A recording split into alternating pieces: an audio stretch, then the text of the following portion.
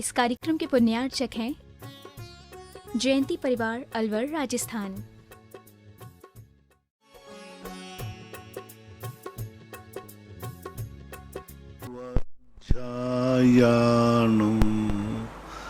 नमो लोये सौशाहूणम।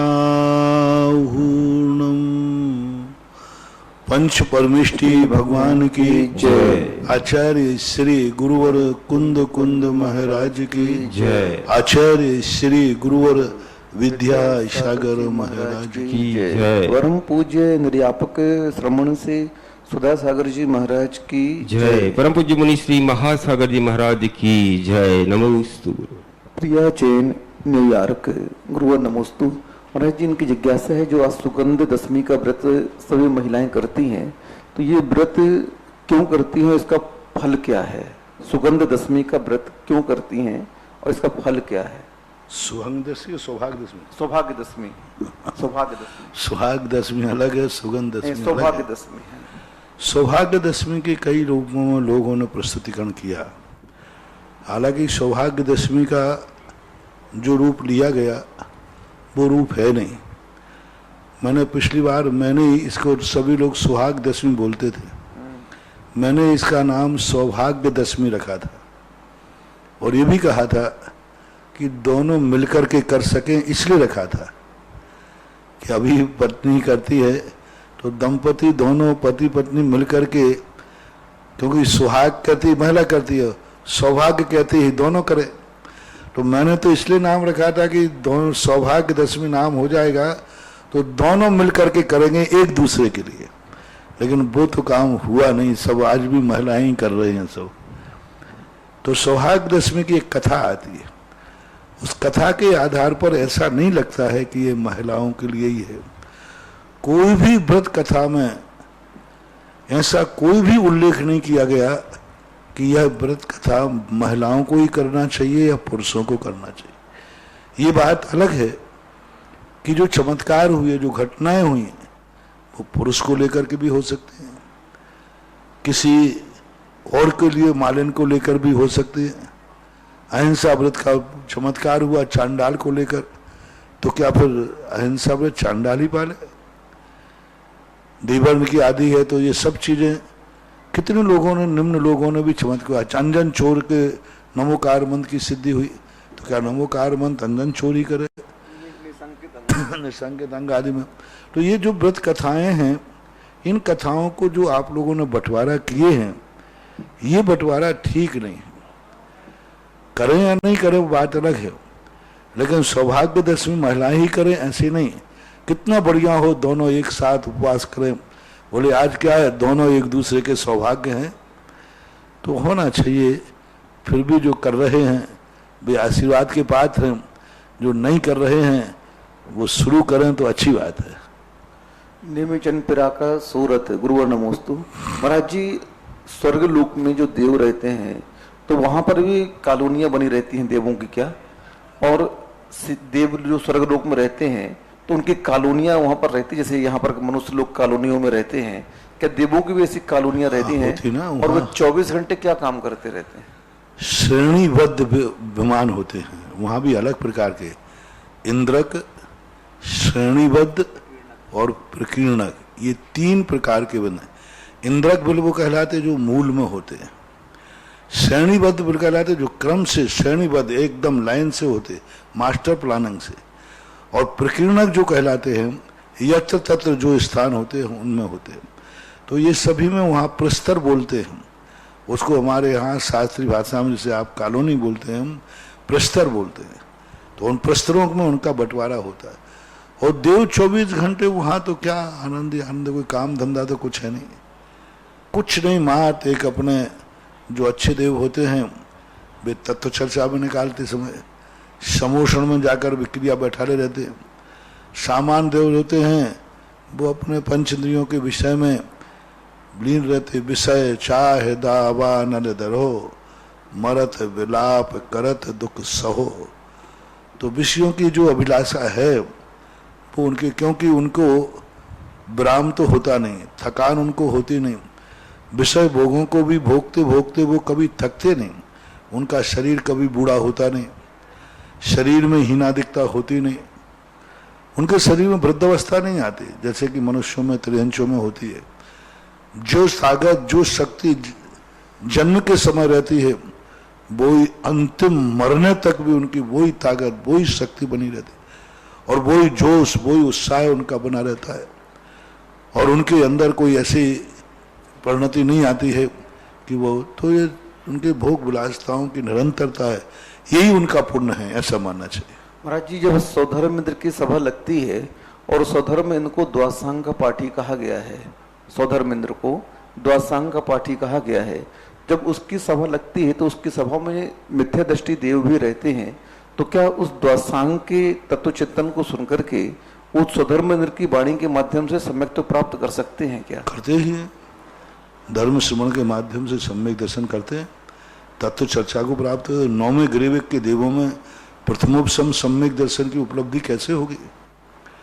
वहां भी जाकर के धर्म श्रवण जब वो सारे देवता मिलकर बैठे रहते हैं और तत्व चर्चा करते हैं तो सम्यक दर्शन का निमित्त है, वहां कोई बाधा नहीं होता है।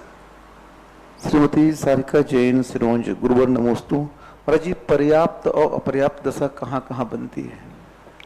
पर्याप्त और अपर्याप्त दशा क्या दशा कहाँ कहाँ बनती है? सभी जगह बनती, चारों गतियों में। दो प्रकार की पर्याप्त अपर्याप्त दशा होती है। एक तो अपर्याप्त तक नाम कर्म को लेकर के आया है, वो तो अपर्याप्त तक ही मरेगा, और एक अपर्याप्त तक पर्याप्त तक प्रारंभ के अंतर मुहूर्त में अपर्याप्त तक होता है, बाद में पर्याप्त तक होता है। चारों गतियों में होते हैं। अपर्याप्त तक तो होते हैं मात्र मनुष्य त्रियंचों में। अपर्याप्त तक नाम कर्म को लेकर के जो जीव आते हैं वे अपर्याप्त तक मनुष्य त्रियंचों में होते हैं। सभी प्रकार के त्रियंचों में पर्याप्त तक अपर्याप्त तक भेद होते हैं। मनुष्यों में भी अपर्याप्त तक नाम के लेकर के सम्मूर्छन मनुष्य उत्पन्न होते हैं, और जो पर्याप्त तक है देव और नार की ये नियम से पर्याप्त तक ही होते हैं। भोग भूमिया जीव नियम से पर्याप्त तक ही होते हैं। वशर्ते इनकी अपर्याप्त दशा तो आती है, लेकिन ये अपर्याप्त नाम कर्म को लेकर के नहीं आते। तो अपन ऐसा बंटवारा कर सकते हैं कि अपर्याप्त तक नाम कर्म की दो गतियां मनुष्य त्रियंश, पर्याप्त तक नाम कर्म की चारों गतियां, और अपर्याप्त दशा की अपेक्षा चारों गतियों में अपर्याप्त दशा होती है। सोनू जैन साह जजाबर जिला बूंदी, गुरुवर नमोस्तु। महाराज जी, इनकी जिज्ञासा है कि जो सर्व मंगल मांगल्यम सर्व कल्याण कार्यक्रम प्रधानम सर्वधर्माणाम जैनम जयतु शासनम, प्रधानम सर्वधर्माणाम का हम यहाँ क्या अर्थ लेंगे? प्रधानों का अर्थ होता है जितने भी सामान्य धर्म होते हैं।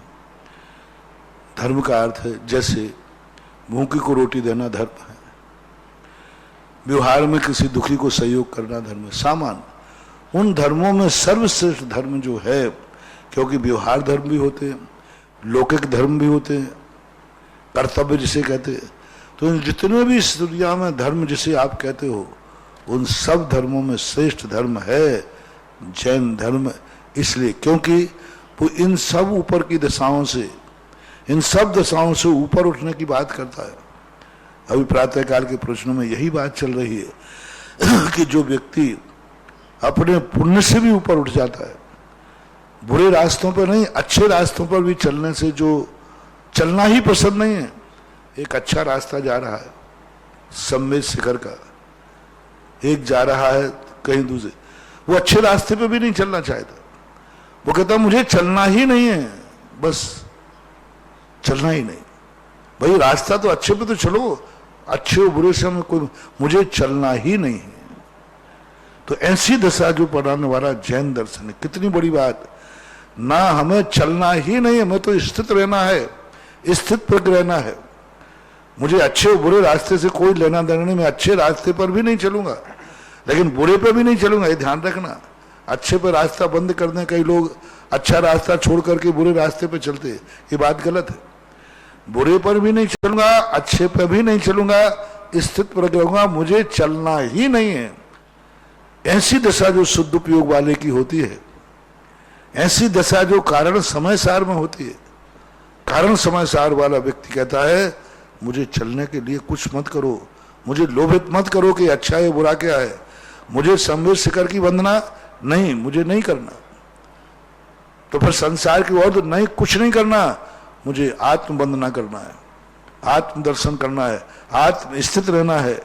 जैसे केवली भगवान के संबंध में कह रहे कि भगवान कुछ नहीं जानना चाहते किसी को। अरे भाई, अपने बाजू में सिद्ध परमेष्ठी, इनको जान लो, मुझे कुछ नहीं जानना है आत्मा के अलावा। केवल ज्ञानी जो होने के बाद बाजू में सिद्ध भगवान बैठे अनंत, उनमें भी उपयोग नहीं ले जा रहे। वो कहते मुझे कौन अच्छा है कौन बुरा है, ना हमें बुरी वस्तुएं जानना है ना हमें अच्छी वस्तु जानना है, मुझे तो जानना है मात्र एक आत्मा का स्वभाव, आत्मा की परिणति। तो जो अच्छे और बुरे से, पुण्य पाप से, न्याय अन्याय से, सत्य असत्य से ऊपर उठ जाते हैं, ऐसा ये जैन दर्शन, जैनम जैतु शासनम, तो जैन दर्शन की बहुत विशेषता है। राजेश जरीवारा सूरत गुरुवर नमोस्तु। महाराज जी, इनकी जिज्ञासा है कि आप बार बार मंदिर और मूर्ति के बारे में कहते हैं, भूमि के बारे में कहते हैं, मंदिर मूर्तियां भूमि के बारे में, जमीन के बारे में कहते हैं कि इसमें बहुत एनर्जी है। तो महाराज जी, ये एनर्जी शब्द शास्त्रों में तो कहीं सुनने में नहीं आता, पुण्य शब्द तो सुनने में आता है। तो इनकी जिज्ञासा ये है कि पुण्य और एनर्जी में क्या अंतर है, उस एनर्जी को हम क्या होता है कि समय के अनुसार यदि शब्दों के अर्थ नहीं बदले जाएंगे तो फिर भाषा क्यों बदल जाती है। पहले उसी चीज को कुछ और बोलते थे, अब दूसरा ट्रांसलेशन, फिर टीकाएं क्यों लिखी जाती। ट्रांसलेशन का अर्थ क्या है। आज वर्तमान में लोग पुण्य पाप पर विश्वास नहीं रखते हैं। आज पुण्य पाप के नाम कहते कि कौन किस विज्ञान की खातिर निकल गया।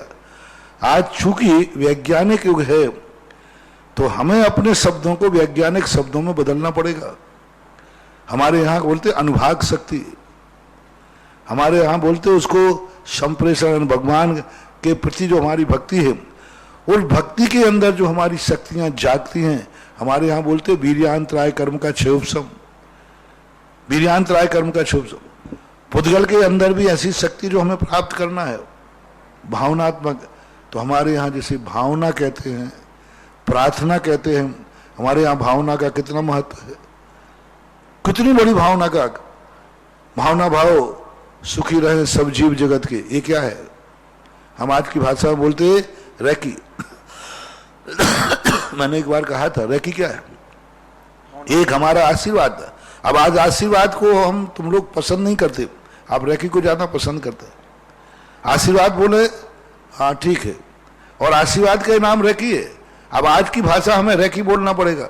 रैकी में क्या करते, वो अपने हाथों में एनर्जी लाते हैं, जो सामने दुखी है उसको ध्यान करते हैं, ये दुखी है, मैं इसको ठीक करना चाहता हूँ, मैं इसको ठीक करना चाहता हूँ, मैं इसको ठीक करना चाहता हूँ, मैं इसके दुख दूर करना चाहता हूँ। बस ऐसा 2-5 मिनट में वो अपने परिणाम जागते हैं और हाथों से एनर्जी दे। मुनि महाराज लोग सदा अपने बात को ये रैकी देते हैं कि जब भी मेरा जिस पे हाथ उठे वो ठीक हो जाए, 24 घंटे। तो ये आशीर्वाद का ही एक रूप था, ये आशीर्वाद रैकी, आशीर्वाद ने एक रैकी का रूप ले लिया। पैरामिड, आज आपको पैरामिड शब्द कहें तो आपको बड़ा, महाराज जी को बड़ा आधुनिक ज्ञान है। पैरामिड और कुछ नहीं है, शिखर। जितनी हमारे मंदिरों की शिखर होती है, पैरामिड का अर्थ क्या, 4 कोनों को शून्य में जाके मिला दो। हाँ, पिरामिड। तो आज जो वर्तमान में हमारी शिखर बनती है, 4 कोने बनते हैं, शून्य में जाके मिल जाते, और उसको महीन करने के लिए कलशारोहण कर देते हैं। पिरामिड जो बनते हैं ये, लेकिन पिरामिड का आपको आधुनिक है, फ्रांस के पिरामिड। अरे क्या पिरामिड, हमारे हजारों साल की शिखर हैं है? हाँ, मिस्र के। तो हमारे यहाँ देखो इनके लिए, तो अब आधुनिक भाषा हमें बोलना पड़ती है। आज एनर्जी डेवलप, हमारे यहाँ भावनाओं से इतनी बड़ी शक्तियां जगाई जाती थी कि सारे 7 भावनाओं से भरे हैं। पूरे शास्त्रों में भावनाएं भरी हैं। भावना भाव, भावना भाव, भावना कहो, वीर्यांतराय कर्म का क्षयोपशम, शक्ति बढ़ाओ। कैसे बढ़ेगी, भगवान के दर्शन करने से। कैसे बढ़ेगी, एक व्यक्ति को अपन ने चलते नहीं बन रहा था, लेकिन एक कमजोर व्यक्ति को चलते देखकर अपन में भी साहस आ गया, जब ये चल सकता है तो मैं क्यों नहीं। अभी तुम हार चुके थे। लंगड़ा एवरेस्ट की चोटी पे चढ़ गया। हाँ, अभी उसको देख करके कई बार अपन लोग थक जाते हैं, दूसरे को देखकर हिम्मत, अरे जब ये चल रहा है, हम लोगों को होता है बिहार में, हम लोग जब थक जाते हैं तो बैठ जाते हैं किसी पेड़ के नीचे। अब कोई महाराज जिनका अंतराय है 2 दिन से और वो फटाफट चल रहे हैं, तो हम कहा अरे भैया ये अंतराय करके चल रहे हैं तो अपन तो हाल ठीक हुआ, चलो ताकत आ गई। तो ऐसी स्थितियां में भी एक भावनाएं कहलाती है। नामों का परिवर्तन, एनर्जी आपका एक इंग्लिश शब्द है, ऊर्जा आज का एक वैज्ञानिक शब्द है, हमारे शास्त्रों में अनुभाग शक्ति। अनुभाग क्या है? पुद्गल कर्मों में अनुभाग डालना क्या है? एनर्जी तो है, और क्या है? पुद्गल वर्णाएं थी, जड़ थी, उनको हमने ग्रहण किया और अपने परिणामों के माध्यम से उसमें एनर्जी डाल दी, अनुभाग डाल दिया। साता वेदनी कर्म का था, हमने व्रत ले लिया, असाता वेदनी का अनुभाग डाल दिया, एनर्जी डाल दी, क्योंकि हमने दुख शोक ताप किया। अब जब दुख हम कर रहे हैं तो उन पुद्गल वर्णाओं में नकारात्मक एनर्जी डाल रहे हैं। नकारात्मक है दुख देने वाली, असाता देने वाली। तो ये जितना भी अनुभाग शक्तियां हैं कर्मों की, जड़ में पुद्गल कर्मों में एनर्जी डेवलप करना, पुद्गल कर्मों को एनर्जी डेवलप करना, ये हमारी अनुभाग शक्ति का नाम से जानी जाती है। शास्त्रों में इसे अनुभाग शक्ति, विपाको अनुभव, यही है संस्कार। और इसी प्रकार से बहुत सारी चीजों में पुण्य और पाप का खेल एक नाम है, एक संज्ञा, लेकिन ये सब अनुभाग शक्ति में स्थिति में हम इस व्यक्ति को कैसे उम्र बढ़ाएं। हम परिणामों से स्थिति डालते कर्मों में, ये कर्म मेरे 10 साल रुकेगा, ये कर्म मुझे इतने साल तक इस पर्याय में जोड़ेगा। पुद्गल में हमने स्थिति डाल दी कि मैं इतने साल तक जिंदा रहूंगा। कैसे रहूंगा मैं जिंदा? पुद्गल को हमने स्थिति डाल दी, एनर्जी दे दी, और हम भावना से एनर्जी दे दी, ये व्यक्ति मरना नहीं चाहिए। अब इसका आयु कर्म शेष है, आयु कर्म को मैंने भावनाओं से उसको जागृत कर दिया। उसके परमाणु की जो अनुभाग शक्ति सूख रही थी, मरने वाला था, वो शांति धारा से करके वो सूखने वाली अनुभाग शक्ति को बढ़ा दिया। जैसे एक पेड़ सूख रहा था, सूखने वाला था, इसी पेड़ में तुम्हारी दृष्टि पड़ी, तुमने उसको पानी दे दिया, तो पानी देते क्या हो गया? वो हरा हो गया। वैसे क्या होता उसका? नाश हो जाता, सूखना था। इसी प्रकार उसके आयु कर्म के निषेध झड़ना शुरू हो गए थे, अनुभाग शक्ति सूखना शुरू हो गई थी, मरणासन था।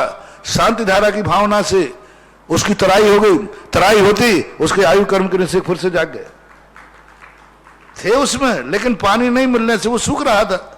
अब जैसे शांति धारा दी, जैसी भावना दी, जैसे वो निषेकों को जो सूखने का क्रम चल रहा था, वो सूखना बंद हो गए, उसको तलावट मिल गई, उसको एनर्जी मिल गई, और पुनः वो जिंदा हो गया।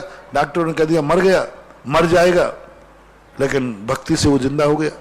ये सारी एनर्जी अपने, मैं तो यही तो कह रहा हूं, विज्ञान नाम बदल करके दुनिया को तुम्हें बुद्धू बना रहा है, वो सब चीजें हमारे शास्त्रों में हैं। एक एक चीज है, एनर्जी, ऊर्जा, विज्ञान, सब कुछ अपने पास है।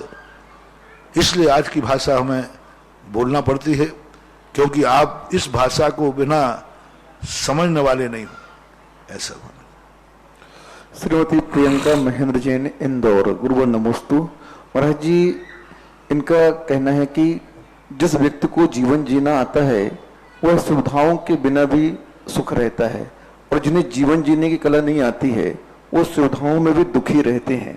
तो महाराज जी, वास्तव में सुख और दुख क्या है? सुख और दुख अपनी मानसिक उपज है। कोई वस्तु सुख और दुख नहीं, हमारी मानसिक उपज है। जब हमारी मानसिक उपज में कोई चीज स्वार्थ से भर जाए, आपने देखा कई लोग अपने कोड़े से अपने पीटते हैं, खून खच्चर हो जाते, उनको दुख की अनुभूति नहीं होती, सुख की अनुभूति होती है। उन्होंने मन में बांध लिया कि हमारा पिटना ही हमारे लिए हितकारी है, और नहीं पिटेंगे तो हितकारी ने अपने शरीर को लौंच लेते हैं, खूना खून कर लेते हैं। उनके मन में कोई कष्ट नहीं है, दुख नहीं है, सुख है, बहुत सुख मानते। तो ये मानसिक उपज है। जब व्यक्ति उसके प्रति अपनी जैसे भी परिणाम कर लेता है, वैसा ही सुख की उपलब्धि होती है। कई बार मानसिक सुख जितने होते हैं वे सारे के सारे सांसारिक सुख, मानसिक सुख हैं। और वास्तविक जो सुख होते हैं वे स्वाभाविक सुख होते हैं। तो संसार में जो व्यक्ति को सुखी है, तो मैं तो एक ही बात जानता हूं, यदि सुख की चीज है कोई वस्तु तो फिर उसको विराम क्यों करते हो? यदि सुख होता है, हमारे सिद्ध भगवान विराम नहीं करते, प्रति क्षण नया नया आनंद देते रहते। यदि रोटी में सुख है तो एक रोटी के बाद, दो के बाद, तीन के बाद फिर मना क्यों करते? खाए जाओ, रुकना नहीं चाहिए क्योंकि सुख है। इसका अर्थ है कि सुख नहीं है, सुखाभास है, समस्याओं का समाधान है, बीमारी की दवाई है। जो भी पंचेंद्रिय के विषय हैं ये बीमारी की दवाई है। बीमार हो सो दवाई की कीमत है, और बीमार नहीं हो तो दवाई की कोई कीमत नहीं। यानी जो जो पंचेंद्रियों के विषयों को ग्रहण करते हैं वे सब कोई ना कोई बीमार है। क्षुधा रोग आ गया तो रोटी खाना है, काम रोग आ गया तो इंद्रियों के विषय भोगना है, और भी मोह रोग आ गया, मोह रोग आ गया तो तुम पर वस्तुओं के प्रति। तो ये सब रोग हैं। रोग की दवाई मिलने पर लगता है कि बहुत सुख मिल गया, सुख नहीं मिला है, बीमारी कम हो गई है, बीमारी कम हो गई, सुख नहीं मिला है उसको। सुख तो अभी कहां मिला, लेकिन जो बीमारी की वेदना थी, वेदना कम होने से नींद आ जाती है तो अपन समझते हैं कि हम स्वस्थ हो गए। श्रीमती त्रिशला जैन, बैरसिया, भोपाल। गुरुवर नमोस्तु। महाराज जी, इनकी समस्या है कि इनका घर पहले मंदिर के पास था, तो उस समय मंदिर बहुत छोटा था। अब समाज वाले मंदिर तोड़ करके नया बना रहे हैं, जिसका शिखर इनके मकान से ऊपर जा रहा है, और उस शिखर की छाया इनके घर पर पड़ेगी सुबह 9 से 11 बजे तक। तो महाराज जी, अब इन सब संबंध में मैं यहाँ से व्यक्तिगत रूप से कभी कुछ बोल नहीं सकता। इन संबंध में मैं सामूहिक ही बोलता हूँ। मैंने कई कहा, कुछ व्यक्तिगत जो प्रश्न आते हैं उनका समाधान मैं नहीं दे पाऊंगा, और सामूहिक रूप से जब प्रश्न आते हैं तो हम उनका समाधान कई बार कर देते हैं। अभी व्यक्तिगत समस्याएं हैं, हम एक व्यक्ति के लिए किस प्रकार की बात कहें, वहाँ समाज की क्या स्थिति है, कैसी स्थिति है।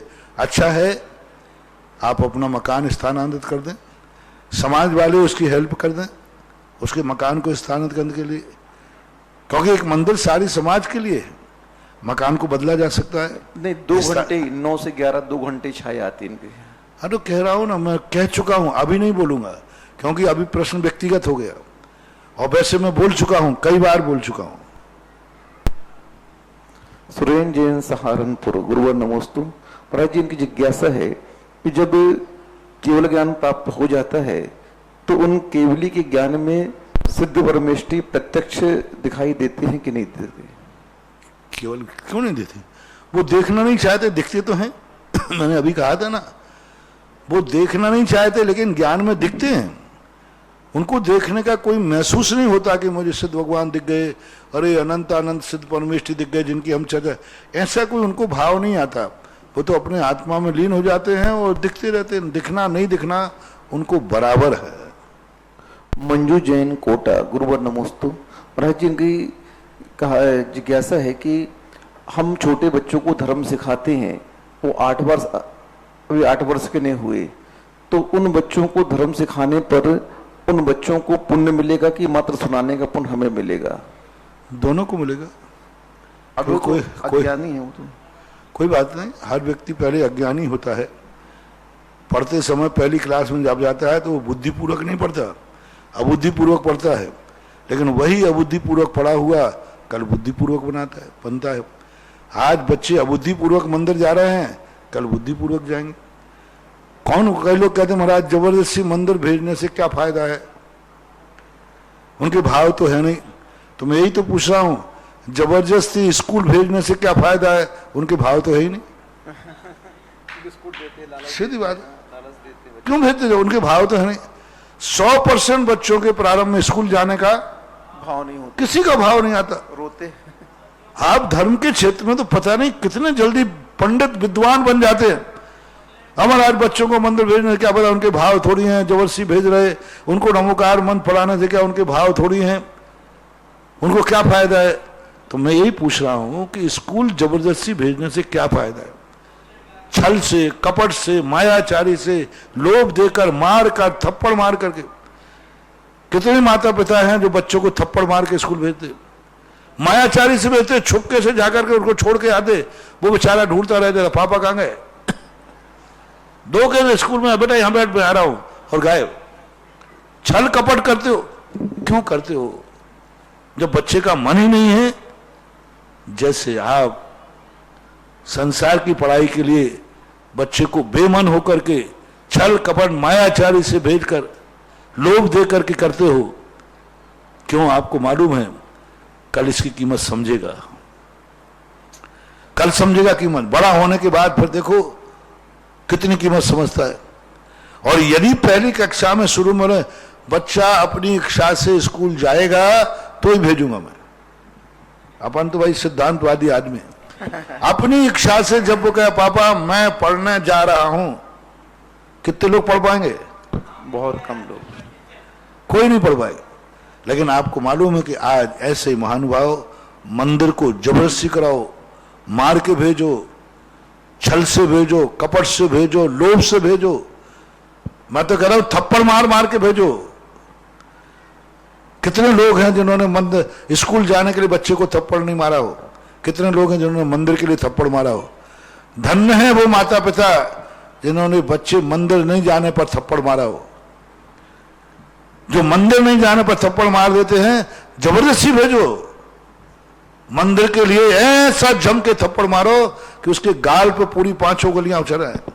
मेरी तरफ से छूट है, चिंता मत करना, गाल पर लगने से कुछ नहीं होता, यहां सिर में मारना कहीं। हाँ, भेजो, मंदिर भेजो, रोते रोते जाने दो, वहां रोएगा, वहां भगवान को कोसेगा, सब मंजूर है, जैसे बने तैसे मंदिर भेजो। क्योंकि थोड़ा सा बड़ा हो जाने के बाद वह इसकी कीमत समझेगा। हर व्यक्ति ऐसे ही धर्म सीखता है, कोई भवांतरों से सीख करके नहीं आता है। रीना जैन सागर, गुरुवर नमोस्तु। महाराज जी, इनकी समस्या है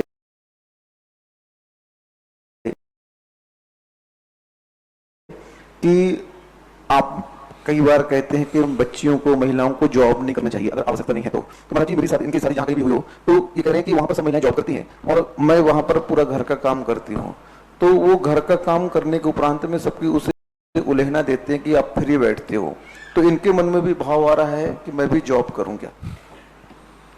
मैंने पहले ही कहा, मजबूरी के लिए तो मैंने महारानी लक्ष्मीबाई को भी युद्ध में उतारा, युद्ध में उतरी है, लेकिन शौक से नहीं।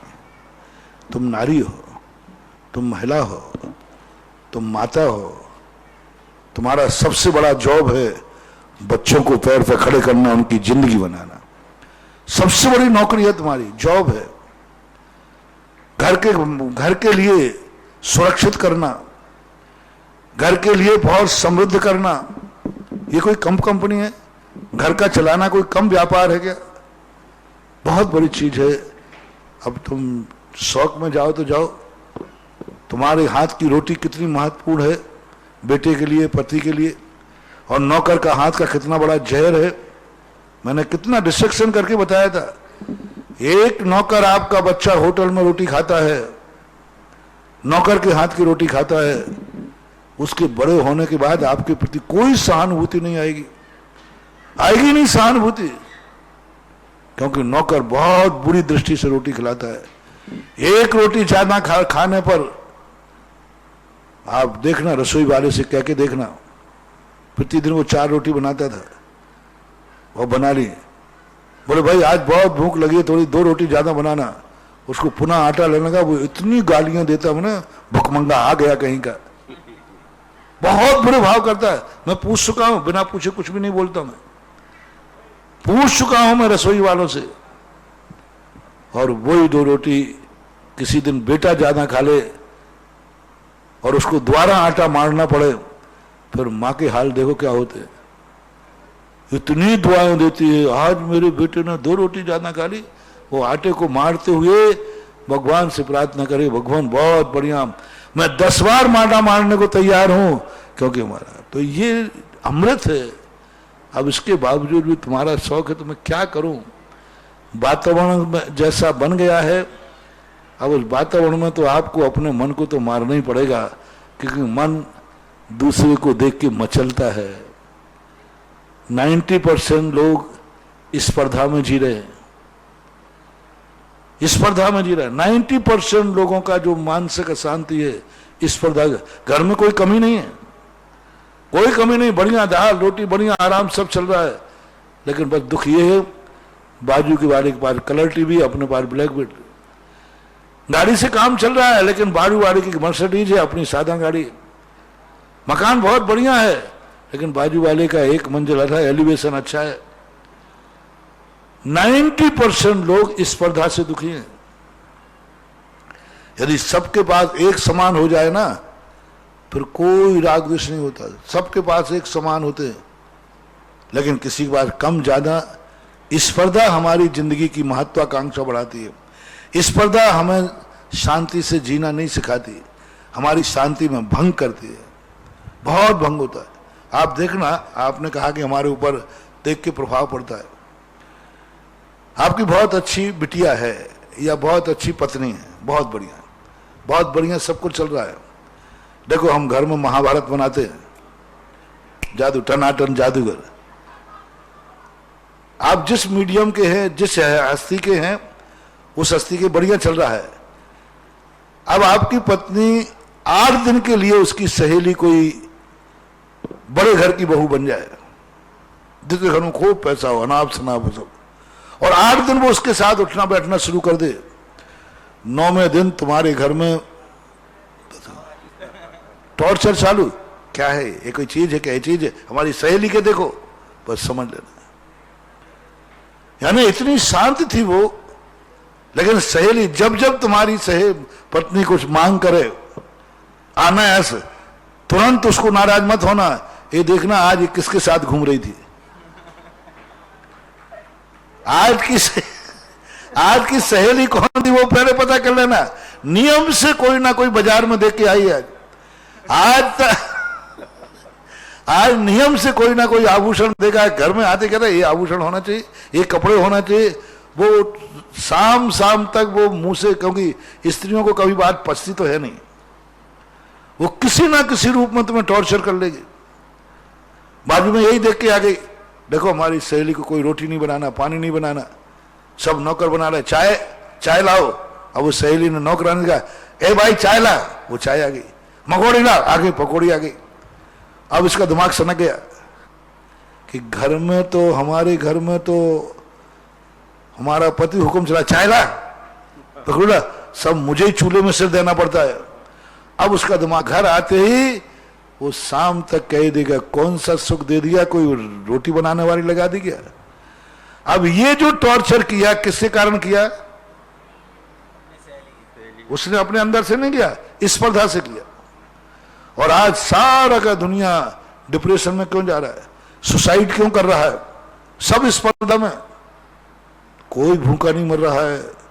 गजब की बात देखो, कोरोना जैसी बीमारी में आज 3-4 महीने हो गए, एक भी व्यक्ति भारत में खबर नहीं आई कोई भूखा मरा है, कोई नहीं मर रहा भूखा। लेकिन हार्ट अटैक से मरते हैं, स्पर्धा से मर रहे हैं। तो ये स्पर्धा यदि खत्म हो जाए, तुम्हारे जैन दर्शन ने कहा, संतोष जो मेरे पास है वही मेरी झोपड़ी, मेरा महल है, मेरी सूखी रोटी सटरस भोजन है, मेरे जो कुछ भी हमारे पास है, इससे बड़े कोई दुनिया में हो नहीं सकता। मैं बहुत बार प्रवचन दे चुका हूं कि जो तुम्हारे पास है वेलकम कहो। सूखी रोटी है, दिवाली का दिन है, सूखी रोटी है, दिवाली का दिन है, चारों तरफ लोग मिठाइयां खा रहे हैं, चारों तरफ बहुत व्यंजन बन रहे हैं, तुम्हारे हाथ में बिना सूखी रोटी है। बस मेरा कहना है, दिवाली का सगुन, दिवाली का सगुन मुस्कुराना है, तुम्हें मुस्कुराना है, भगवान को शुक्रिया अदा करना है। हे भगवान, तूने बहुत दिया भगवान, कम से कम मुझे सूखी तो दी। इस दुनिया में आज ऐसे लोग भी हैं जो दिवाली में उनके हाथ में सूखी भी नहीं है। हे भगवान तुझ मुझसे कितना प्यार करता है, तो मुझे कितना चाहता है, सूखी तो दी, भूखा तो नहीं रखा दिवाली को, लेकिन लोग तो अभी दिवाली को भूखे मर रहे हैं, और यहां नहीं मिले तो कहना नरकों में तो भूख से तड़प रहे हैं। नरक भी तेरी सृष्टि में है, नरक भी तेरी दुनिया में है, जो इतनी भूख लगती है लेकिन एक दाना भी नहीं मिल रहा है, मेरे पास तो भगवान सूखी रोटी दी, तेरा बहुत बहुत शुक्रिया, बहुत बहुत धन्यवाद, और मेरे पुण्य के लिए बहुत, बस दिवाली के दिन उस सूखी रोटी पर मुस्कुरा जाओ, तुम्हारे अच्छे दिन शुरू हो जाएंगे। लोगों के पास जो है उसका आभार मानने को तैयार नहीं है। सबसे बड़े जिंदगी में अपशकुन है, सबसे बड़ी जिंदगी का अपशकुन। जो तुम्हारे पास है उसको थैंक्स कहो, उसको धन्यवाद कहो, उसको आभार मानो। है ये है, नहीं है उसको क्यों देख रहे हो? जो नहीं है उसकी इच्छा करना ही महत्वाकांक्षा, जो नहीं है उसकी इच्छा करना ही अशांति है, और जो है उसको थैंक्स कहना ही मन चंगा तो कटोरा। जो है उसका आनंद लो, सूखी रोटी का आनंद लो। मैंने कहा था ना, एक साइकिल वाला है, अब वो साइकिल पे गया और बाजू से कोई मोटरसाइकिल गई, हे भगवान क्या है, साइकिल है क्या? अब वो साइकिल कहती है, मूर्ख मैं तुझे ले जा रही हूं, मेरा तो आभार नहीं मान रहा, और बाजू में जो गाड़ी निकली उसके संबंध में तुम परिणाम कर रहा है। इसका अर्थ है वो साइकिल भी गायब हो जाएगी, क्योंकि तुमने कोस दिया। ये कोई गाड़ी है क्या? तुम्हारे मन में ये भाव आ गया, ये कोई रोटी है क्या? दिवाली के दिन ये कोई रोटी है क्या? महानुभाव, कभी भूल कर मत कर लेना। जिंदगी का सबसे बड़ा अपशकुन है, प्रैक्टिकल कर लेना, कोस के देख लेना। अगली दिवाली हाथ पे रोटी भी नहीं होगी, भूखे बैठे होगे। बोले ये क्या हो गया? बोले पिछली बार क्या था?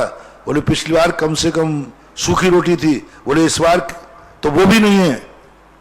तो संत कहते हैं वो भी नहीं है इस बार, पिछली बार सूखी रोटी थी। बोले थी। तो गुरु कहते हैं तुमने उस रोटी को कोस दिया था, ये कोई भोजन है क्या?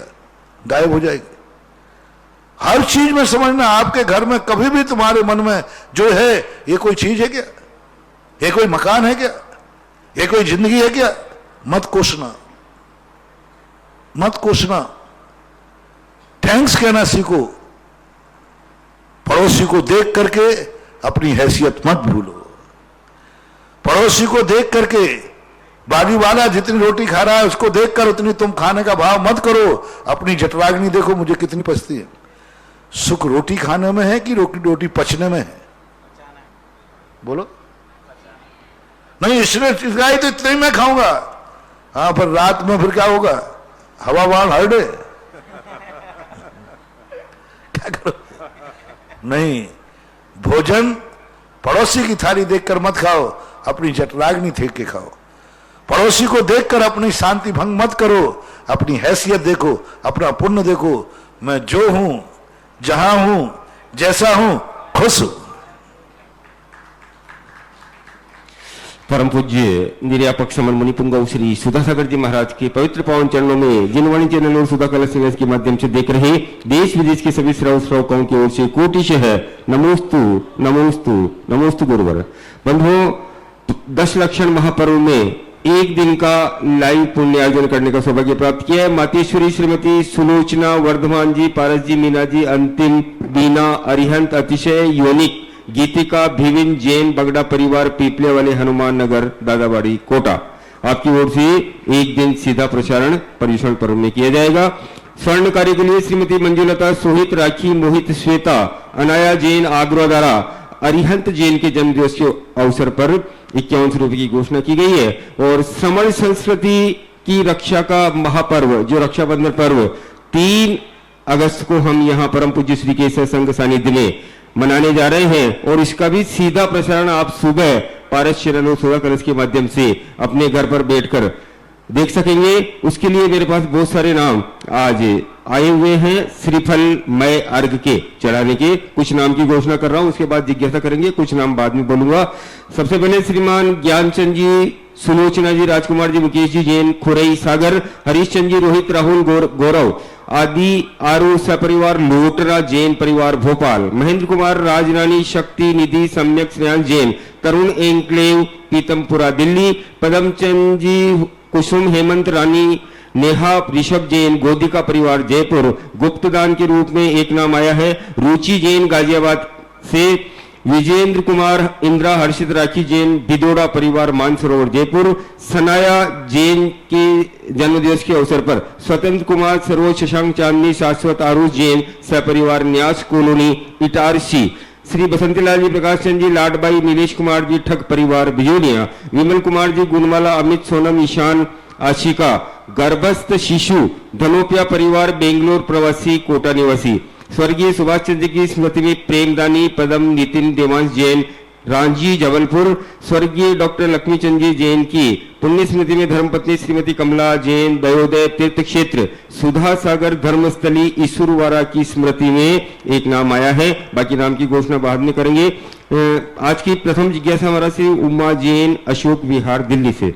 मेरे आराध्य गुरुदेव के चरणों में नमोस्तु नमोस्तु नमोस्तु। गुरुवर, मेरी जिज्ञासा है कि आदि पुराण के विंशति पवित्र पर्व की गाथा 250 में कहा है कि अधः प्रवर्तीकरण के प्रथम क्षण में जो परिणाम होते हैं वही परिणाम दूसरे क्षण में होते हैं तथा दूसरे क्षण में पूर्व परिणामों से भिन्न दूसरे परिणाम होते हैं। इसका क्या अभिप्राय है तथा अधः प्रवर्तीकरण का क्या अर्थ है? नमोस्तु। अधः प्रवृत्तिकरण का अर्थ होता है नीचे ऊंचे परिणाम होना।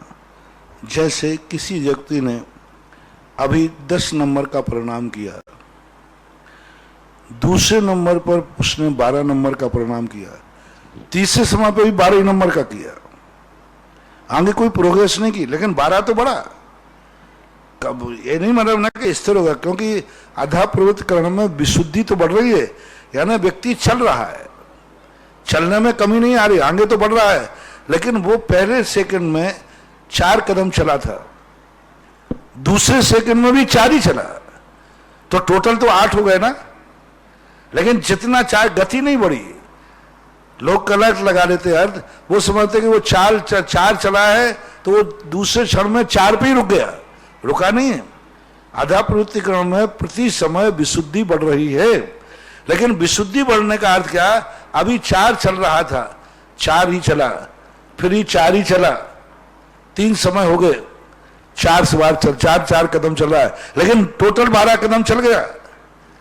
अब दूसरा व्यक्ति जो उसके पीछे से चल रहा था, ये 3 समय में 12 कदम चला, वो 1 समय में 12 कदम चल गया। तो अधः प्रवृत्त पीछे वाले ने आगे जाकर के कदम बढ़ा लिया, वो आगे वाला जो 3 समय पहले निकला था वो तो रह गया 12 पर, और ये दूसरे समय पहुंच गया 24 पर। अब इसको 2 समय हुए, उसको 3 समय हुए। तो अधः प्रवृत्तिकरण पीछे वाले की अपेक्षा से ऐसा। अब एक स्वयं की अपेक्षा लगा लेते हैं। अभी परिणाम उसने किए 4 कदम चलने का, 4 नंबर का, दूसरे समय परिणाम कर लिए उसने सीधे 12 नंबर का, सीधा एकदम, और फिर परिणामों में करके फिर 4 कदम पे आ गया। पहले 4 कदम, फिर उसने 8 कदम की शक्ति बढ़ाई, फिर तीसरे समय में पुनः 4 पे आ गया। वृद्धि तो हुई है, लेकिन वो 4 ही कदम चला है। विशुद्धि तो बढ़ी है, लेकिन 8 कदम की जो विशुद्धि थी वो घट करके 4 पर रह गई। तो ऐसा उसमें अधः प्रवृत्तिकरण का अर्थ है नीचे के अनुसार प्रवृत्ति करना। यानी पहले समय में 4 था, बीच में 8 हुआ, फिर 4 कदम चला, तो तीसरे समय में अधः प्रवृत्ति हुआ। यानी पहले समय में उसके 4 नंबर की विशुद्धि थी, वो 4 नंबर पर ही उसने विशुद्धि बढ़ाई, तो पीछे नंबर पर उसकी प्रवृत्ति हो गई। यानी तुमने एक समय में 4 किए थे, तीसरे समय फिर 4 पाए गए। ऐसे अंतर मुहूर्त में स्वयं के परिणाम जो विशुद्धि बढ़ती हुई होकर के भी जो तेजी होती है, वो तेजी में कम बढ़ी चलती है, अथवा 2 जीवों की अपेक्षा भी घटाते हैं। ऐसा अधः प्रवृत्तिकरण का स्वरूप जानना चाहिए। बस्व कल्याण कर्नाटक से कविता बेलकिरी की जिज्ञासा है। नमोस्तु महाराज श्री। महाराज श्री, हमारे गांव में एक परिवार और हम 4 मेंबर हैं। भगवान के दर्शन करने के लिए मंदिर बनवाना चाहिए या गृह चैत्यालय भी बना सकते हैं? कृपया मार्गदर्शन। गृह चैत्यालय की मैं मकान में बनाने की अनुमति नहीं दूंगा। जिस मकान में आप रहते हैं उसमें भगवान को रखना उचित नहीं है, उसी बिल्डिंग में रखना उचित नहीं, क्योंकि भगवान का मंदिर की मर्यादा अलग है। गृहस्थी गृहस्थी के हिसाब से चलती है, और एक ही दीवार, एक ही बिल्डिंग है, एक ही नींव है, कदापि ठीक नहीं है। घर को आप मंदिर बना नहीं सकोगे। घर की व्यवस्थाएं तो घर के हिसाब से ही चलेंगी, और वहीं पर तुम्हारा ऊपर भगवान है, नीचे भगवान है, आजू बाजू भगवान है, लेट बात वहीं बने हुए हैं, और घर में आप लोग सब बच्चे भी हैं, अशुद्धि भी है, सब कुछ होता है, क्या नहीं होता घर में। इसलिए घर में मंदिर को, भगवान को नहीं रखना ही आपके लिए हितकर है। हाँ, यदि घर से हट करके आप छोटा सा मंदिर बनाते हैं, एक कमरे में भी भगवान को रखते हैं, एक छोटे से कमरे में रख लो ना। गृह चैत्यालय बनाने की अपेक्षा एक छोटा सा प्लाट ले लो, बिल्कुल छोटा सा ले लो, एक कमरा बन जाए, उस एक कमरे में छोटे से भगवान रख लो, वो चल जाएगा। अगली जिज्ञासा है अक्षय रशिया मंडावरा की ओर से। नमस्ते गुरुदेव। गुरुदेव, आपके आशीर्वाद से तपोदय क्षेत्र में लॉकडाउन में भी भरपूर अच्छे कार्य हो रहे हैं, ऑनलाइन शांति धारा भी हो रही है। महाराज श्री, बहुत से ऐसे क्षेत्र हैं जो जंगलों में है, समाज आसपास नहीं रहती है, वहां पर जो कर्मचारी 20 वर्षों से सेवाएं दे रहे थे, उनको ऐसी विपरीत परिस्थिति में कमेटियों द्वारा कर्मचारियों की छटनी करना क्या उचित है? कर्मचारी के परिवार बेरोजगार हो गए हैं। कर्मी छटनी नहीं कर रहे हैं, उन क्षेत्रों के पास देने को पैसे ही नहीं है। अब क्या करें? करें क्या, ये बताओ, उपाय बताओ क्या है। बहुत पहले प्रश्न आया था लॉकडाउन के समय पे, मंदिरों के पास वेतन को पैसे नहीं। जब उन मंदिरों में कोई जा ही नहीं रहा है तो वेतन कहां से दें? तो आप मंदिर को तो दोष दे रहे हैं, लेकिन ये नहीं देख रहे हैं कि कमेटी देवे कहां से। यदि वो फ्री में सेवा करना चाहे तो करे, इनकम तो नहीं। अब रही बात उसकी, तो हमने एक बार ये कहा था, शुरुआत में कहा था, जिन मंदिरों को, जिन तीर्थ क्षेत्रों को आप अपना मानते हैं, आज उन मंदिरों पर संकट आया है। आपके ऊपर संकट आता है तो आप दुनिया से सहायता मांगते हो, यहां तक कि हम लोगों से भी सहायता मांगते हो। हम आप लोगों की सहायता कराते हैं। महाराष्ट्र में बाढ़ आई, हमने आपको प्रेरणा दी। कोरोना के समय यहां से कम नहीं तो 2-3 हजार लोगों के लिए 2-3 महीने तक रेगुलर अनाज भोजन भेजा गया। पूरा 2-3 हजार लोगों को, जगह जगह सारे भारत में काउंटर खुलाए थे। सारे भारत के भक्तों ने कहा था, कहीं भी कोई भी व्यक्ति हो, उसको इस प्रकार भूखे मत सोने देना। जहां से आया सबको बंटवाया, आपकी सहायता दी। अब आपका कोई कर्तव्य नहीं है कि मंदिर पर संकट आया है, मंदिर आज आर्थिक रूप से परेशान हो रहे हैं, आप भगवान की सहायता कीजिए। और ऐसे समय पर मंदिरों की जो सहायता करेगा, 7 जन्म तक ये धर्म और मंदिर तुम्हारी सहायता करेगा। जय हो। सज्जन पुरुष विपत्ति काल में जो काम में आते हैं उनको भूलता नहीं है। सज्जन पुरुष की विशेषता होती है, जो आपातकाल में काम आते हैं उनको कोई भूलता नहीं है। धर्म सज्जन है, धर्मात्मा सज्जन है। और जो इस समय धर्म को संकट आया तीर्थ क्षेत्रों पर कि आज वहां पुजारी का पैसा देने को नहीं है, आज वहां की लाइट के पैसे के देने को नहीं है, आज मैनेजर का पैसा नहीं है, मैं सेठों से मैं कहना चाहता हूं, ऐसे तीर्थ क्षेत्रों की सहायता करो। और ये सहायता तुम्हारी ऐसी काउंटिंग होगी कि ये कर्म, ये धर्म तुम्हें 7 भवों तक, जब तुम्हें संकट आएगा, सदा धर्म के दरवाजे खुले रहे। क्योंकि संकट के समय तुमने दी थी, ये बहुत बड़ी परीक्षा की घड़ी है। जो आसपास के समाज रहते हैं ऐसे तीर्थ क्षेत्रों पर जहां ऐसे संकट आ रहे हैं, समाज को कटिबद्ध होकर, सेवा दलों को कटिबद्ध होकर, समाज की पंचायत को कटिबद्ध होकर के ऐसे क्षेत्रों की सहायता करना चाहिए। जैसे अपन कोरोना की सहायता कर रहे, महाराष्ट्र की सहायता की। आज ऐसे तीर्थ क्षेत्रों पर यदि संकट आ रहा है तो मेरा समाज से आह्वान है, श्रेष्ठियों से मेरा कहना है, ऐसे क्षेत्रों की आप सहायता करो। कहो उनसे कि जब तक लॉकडाउन व्यवस्था नहीं बनती, यात्री नहीं जाते, हम एक एक महीना गोद लो कि एक महीने का जो खर्चा आता है हम तीर्थ क्षेत्र का मैं दूंगा, कोई ज्यादा नहीं, 2-5-6 महीनों में कभी ना कभी तो खुलेगी। तो हर क्षेत्र को सेठ लोग ऐसी घोषणा करें, किसी क्षेत्र पर बिजली का बिल नहीं भरा जा रहा हो, कोई यदि पुजारी के लिए वहां कोई पूजा करने वाला नहीं है तो उसके लिए आप लोग तीर्थ क्षेत्रों को पता करें, ऐसे तीर्थ क्षेत्रों के नाम की लिस्ट बनाएं, ऐसे तीर्थ क्षेत्रों के नाम की लिस्ट बनाएं जहां पर बिजली के भी पैसा देने को पैसा नहीं बच रहा है, जहां पर पुजारी मैनेजर के लिए पैसा नहीं है। ऐसे लोग लिस्ट बनाएं और लिस्ट बना करके समाज के सामने रखें और श्रेष्ठी वर्ग एक एक तीर्थ क्षेत्र को एक एक महीना के लिए गोद लें। और ये भी ध्यान रखना, तीर्थ क्षेत्रों की लिस्ट दें और उसके आसपास रहने वालों की लिस्ट भी मेरे पास भेजें, फिर मैं बताता हूं, दोनों की भेजें। एक भेजें आप क्षेत्र के कि ये क्षेत्र में महाराज ऐसी स्थिति है कि अब इसके पास कुछ भी चुकाने को, एक अर्घ चढ़ाने को पैसा नहीं है, तो ऐसे लोगों क्षेत्रों की आप लिस्ट भेजिए और लिस्ट भेज करके और वहां के आसपास के जितने समाज हैं उन गांव के नाम, उन शहरों के नाम भेजिए।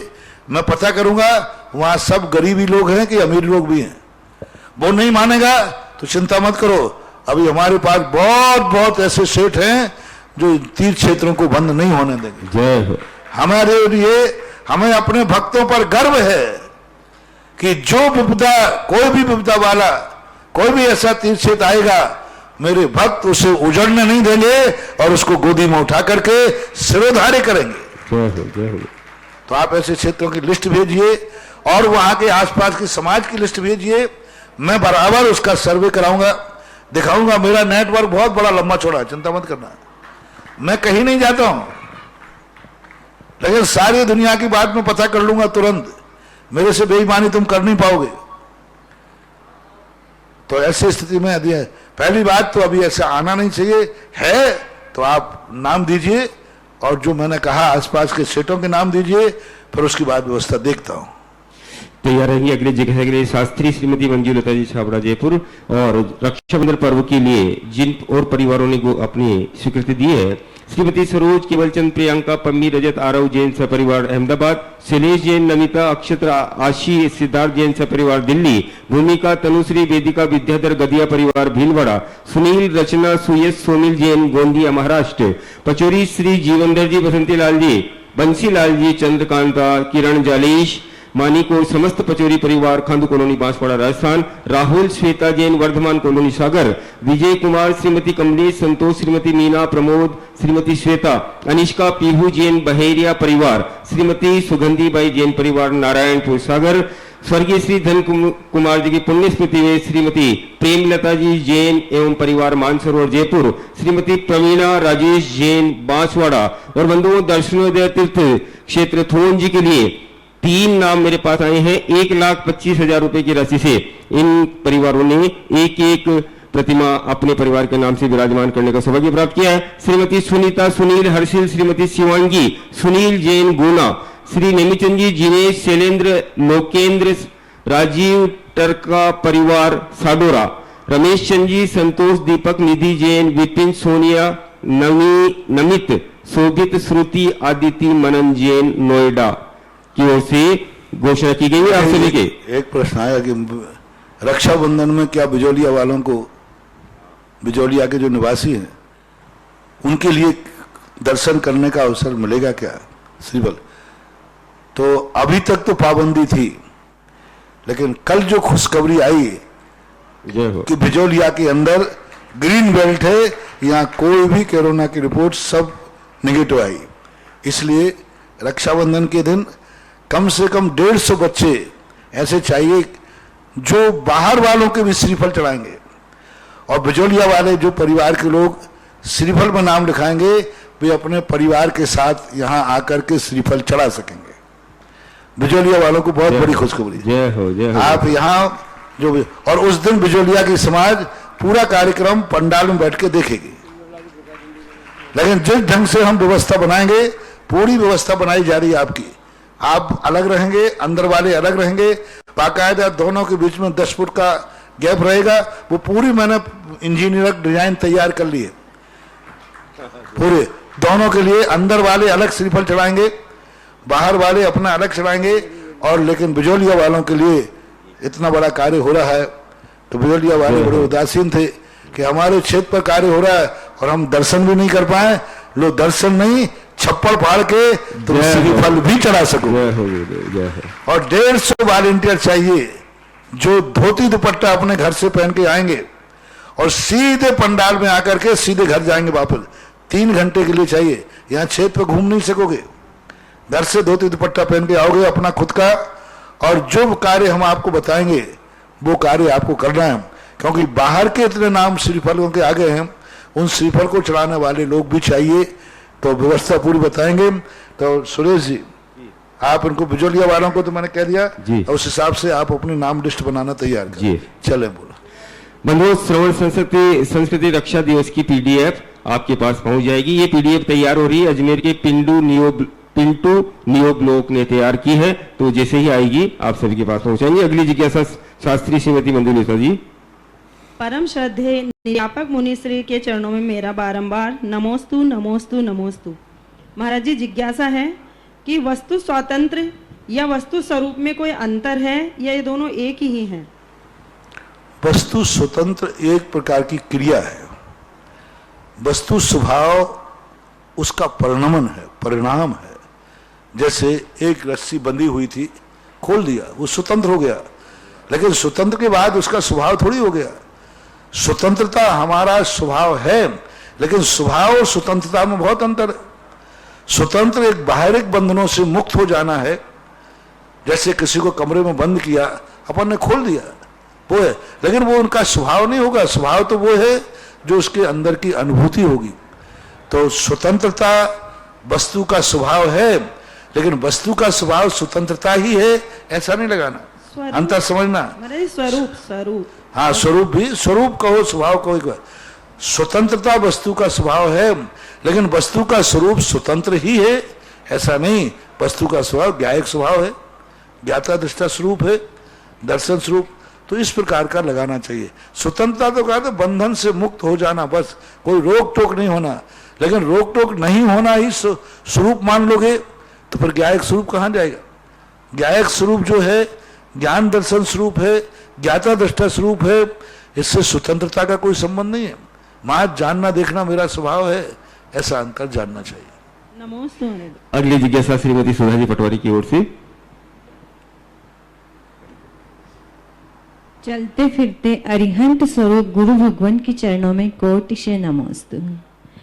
महाराज जी, शल्य 3 प्रकार के बताए हैं, माया शल्य, मिथ्या शल्य और निदान शल्य। वह निशल्य वृत्ति आगे में बताया है, तो ये निशल्य वृत्ति क्या है? शल्य क्या मतलब व्रत, शल्य का क्या वृत्ति क्या होता है? माया, मिथ्या, निदान, ये शल्य तीनों मिथ्या सल मतलब निषेधात्मक। मिथ्या सल झूठे सल, झूठी कल्पनाओं का, झूठे धर्मों का, उसी के संबंध में सोचते रहना। मायाचारी के संबंध में सोचते रहना, किसी को फंसाना है, इसको फंसाना है, उसको फंसाना है, इसी संबंध में मायाचारी 24 घंटे षड्यंत्र रचते रहना। निदान भावी भोगों की अभिलाषा के प्रति सब 24 घंटे, चाहे धर्म करे चाहे पुण्य करे, कुछ भी करे, उसको बस वही अभिलाषा लगी रहती है। तो ये जो निश्चल है वृत्ति, इनसे रहित होता है। क्योंकि वृत्ति 24 घंटे एक ही बात करता है, मैं उन्मार्ग को नहीं ग्रहण करूंगा। उन्मार्ग, खोटे देव शायद गुरु से मेरा कोई लेना देना नहीं, कुतत्वों से मेरा कोई लेना नहीं, निरंतर एक ही बात करता है, अमूर्त दृष्टि बना रहता है, कहीं मूर्ता ना आ जाए। देव मूर्ताओं में नहीं फंसता, गुरु मूर्ता में नहीं फंसता, लोक मूर्ताओं में नहीं फंसता, हमेशा एक ही बात करता, नहीं लोक मूर्ताओं में मुझे नहीं फंसना। यानी वो मिथ्या से रहते। मायाचारी किसी के प्रति षड्यंत्र नहीं रचता, कोई थोड़ा बहुत भाव आ जाता है तो दिन भर में षड आवश्यक करता है, प्रतिक्रमण करता है, उसमें वो निपटा लेता है। और भावी भोगाकांक्षाओं की इच्छा उसको नहीं होती। भोगाकांक्षा का अर्थ अय्यासी, सामान्य रूप से नहीं कि वो ये हमारा घर बन जाए, हमारा ये हो जाए, ये भोगाकांक्षा नहीं है। हमारा व्यापार अच्छा चल जाए ये भोगाकांक्षा नहीं, बच्चे बच्चे की शादी हो जाए ये भोगाकांक्षा नहीं, मेरा शरीर स्वस्थ रहे ये भोगाकांक्षा नहीं। भोगाकांक्षा का अर्थ था अय्यासी। तो इस प्रकार के करने के लिए भविष्य की इच्छा करना, अगले भाव में मुझे धर्म का फल ये मिले, तो ऐसा परिणाम वृत्ति को नहीं आता, यानी वो शल्यों से रहित होता है। वो तो 24 घंटे की बात करता है, इन समस्त जंजालों से दूर होकर मैं अपने खाते समय उसको खाने की लालसा नहीं है, सावधानी की लालसा, अभक्ष तो नहीं है। अब देखना, मिथ्या दृष्टि है, उसे भक्ष्य भक्ष्य से मतलब नहीं, अच्छा है कि नहीं, बढ़िया लग रहा है कि नहीं, मुझे कोई लेना देना नहीं, ये भक्ष्य भक्ष्य है। और वृत्ति क्या करेगा, नहीं अच्छा लग रहा है, अच्छी वस्तु है, लेकिन अभक्ष्य नहीं खाऊंगा मैं। अब देखो वो कितना बड़ा अपने सावधान है धर्म के प्रति, अभक्ष्य है नहीं खाऊंगा मैं। तो ऐसे उसके सभी इंद्रियों के प्रति उसकी लालसा कम हो जाती है, वो धर्म को ध्यान में रखता है, इसलिए निश्चल्यो वृत्ति कहा जाता है। जैसे कुछ चीज सोच लेते तो वो निदान में आएगा, तो और ये नहीं सोचे तो ये निश्चल्य में आएगा। हाँ? कुछ अपन मन में सोच के करते हैं तो वो निदान में आएगा। नहीं नहीं, ये निदान नहीं है। ये सामान नहीं सोचेंगे तो सबको सोचना पड़ता है। मुनिराज भी सोचते, आप लोग भी गृहस्थों में बिना सोचे, बिना प्लानिंग के बिना आपका कार्य कैसे होगा। आप मकान बनाएंगे तो बिना प्लानिंग के बनाएंगे क्या? आप कहीं जा रहे हैं तो प्लानिंग के बिना थोड़ी जाएंगे। मुझे वहां जाना है, वहां ये करूंगा, मैं ये करूंगा, ये करूंगा, ये प्लानिंग आपको करनी है। आपको प्लानिंग करना कि मैं सब कार्य में प्लानिंग है, आपकी प्लानिंग है, ये निदान नहीं है। अपने आवश्यक कार्यों के संबंध में सोचना निदान के अंतर्गत नहीं आता है। इसलिए निदान के साथ निदान ध्यान, हाँ ये निदान ध्यान में आ जाएंगे जो पंचम गुण स्थान तक है। अपनी पारिवारिक व्यवस्थाओं के संबंध में सोचना ये निदान ध्यान है, निदान शल्य नहीं है। बोले परम नमस्ते पूज्य महाराज। निर्यापक समन मुनि पुंगव श्री सुधाकर जी महाराज की जय। इस कार्यक्रम के पुण्यार्चक थे जयंती परिवार, अलवर, राजस्थान।